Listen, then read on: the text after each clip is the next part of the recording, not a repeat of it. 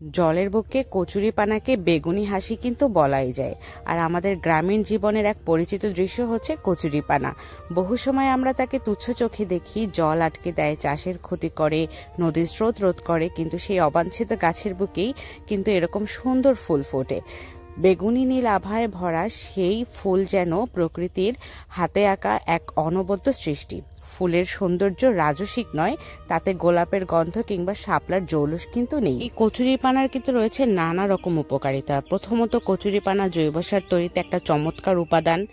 দ্বিতীয়ত, কচুরিপানার ডাঁটা ও পাতা শুকিয়ে গবাদি পশুর খাদ্য হিসেবে ব্যবহার করা যায়, যেমন খরার সময় যখন ঘাসের অভাব হয় তখন।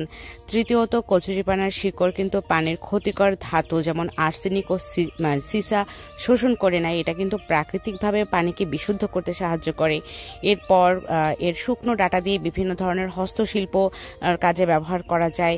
বলা যায় যে লোকজ চিকিৎসায় কচুরিপানার পাতার ব্যথা বা ফোলাভাবের জায়গায় গরম করে সেক দেওয়ার প্রচলন আছে। আর আমি কিন্তু ছোটবেলাতে কচুরিপানা দিয়ে পুতুল বানিয়ে খেলা করতাম। আসলে যা তুচ্ছ বলে ফেলে দেই, প্রকৃতি তার মধ্যে লুকিয়ে রাখে অমূল্য উপকার। Thanks for watching.